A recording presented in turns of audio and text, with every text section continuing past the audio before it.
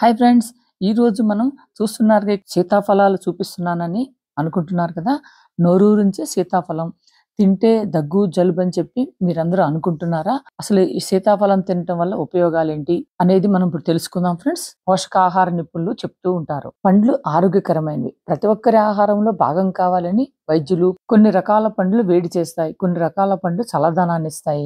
ఆయుర్వేదం ప్రకారం దాదాపు అన్ని పండ్లను వేడి మరియు చల్లగా వర్గీకరిస్తారట. ఇది సాధారణంగా మన శరీరంలో దాని ప్రభావం ఆధారంగా పండు యొక్క అంతర్గత స్వభావాన్ని సూచిస్తుంది. కొన్ని పండ్లు శరీరం యొక్క అంతర్గత వేడిని పెంచుతాయి, కొన్ని దాన్ని తగ్గిస్తాయి. తద్వారా వాటిని వేడి లేదా చల్లగా ఉంటుందని వర్గీకరించారు. సీతాఫలం తీయగా ఉండే రుచికరమైన పండు. ఇప్పుడు మనం సీతాఫలం శరీరాన్ని చల్లబరుస్తుందా లేదా అనే విషయాన్ని గురించి తెలుసుకుందాం ఫ్రెండ్స్. ఇది మన శరీరంలోని అంతర్గత ఉష్ణోగ్రతను తగ్గిస్తుంది. ఇది సాధారణంగా జలుబు కలిగించే గుణాన్ని కలిగి ఉంటుందని అందరూ అనుకుంటారు. కానీ జలుబు వైరస్ వల్ల మాత్రమే వస్తుంది. కొన్ని రకాల పండ్లను తినటం ద్వారా సంక్రమించదు. సీతాఫలం జలుబుకు కారణమవుతుందని అపోహకు మీరందరూ ముగింపు పలకండి. చల్లని ఆహారాలు శరీర ఉష్ణోగ్రతను తగ్గిస్తాయని తెలిసినప్పటికీ అవి ఒకేసారి అధిక పరిమాణంలో తింటే ఇబ్బంది కలిగిస్తాయి.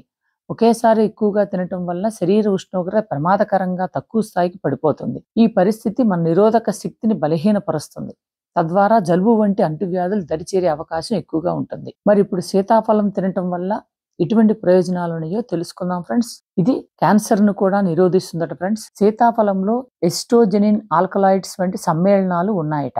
ఇవి క్యాన్సర్ కణాల పెరుగుదలను తగ్గించడంలో చాలా ప్రభావవంతంగా పనిచేస్తుంది. ఇనుము యొక్క మంచి మూలం సీతాఫలం. సీతాఫలంలో ఐరన్ కంటెంట్ అధికంగా ఉన్నందున రక్తహీనతతో బాధపడుతున్న రోగులకు వైద్యులు సీతాఫలాన్ని తినమని సిఫార్సు చేస్తారు. ఇది రక్తం యొక్క హిమోగ్లోబిన్ వాహక సామర్థ్యాన్ని పెంచుతుందట. అలసటను కూడా దూరం చేస్తుందట ఫ్రెండ్స్. ఇది మెదడు ఆరోగ్యానికి కూడా మేలు చేస్తుందట. సీతాఫలంలో విటమిన్ బి కాంప్లెక్స్ ఉంటుంది. ఇవి మెదడులోని ఒత్తిడి స్థాయిలు నియంత్రిస్తాయి. జీర్ణ వ్యవస్థ సాధారణంగా పనిచేయడానికి సీతాఫలం చాలా ఉపయోగపడుతుంది. పండులోని పీచు పదార్థం శరీరంలోని టాక్సిన్ ను సులభంగా తొలగించడంలో సహాయపడుతుంది. ఇది అసిడిటీ మరియు పొట్టలో పుండ్లు వంటి కడుపు సంబంధిత సమస్యలను కూడా నివారిస్తుంది. బరువు పెరగాలనుకునే వారికి సీతాఫలంలో క్యాలరీలు పుష్కలంగా ఉన్నాయి. ఇవి బరువు పెరగాలనుకునే వారికి బాగా ఉపయోగపడుతుందట.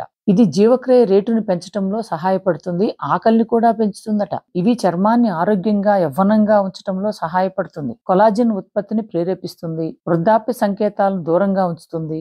నిజానికి సీతాఫలం ఇతర పండ్ల మాదిరిగానే మీకు చాలా మేలు చేస్తుంది. కానీ మీరందరూ అపోహపడుతున్నట్టు దీనివల్ల జలుబు, దగ్గు రావు ఫ్రెండ్స్. మీరందరూ కమ్మని సీతాఫలాలు తినాలని బీరన్ టీవీ ఆశిస్తుంది ఫ్రెండ్స్.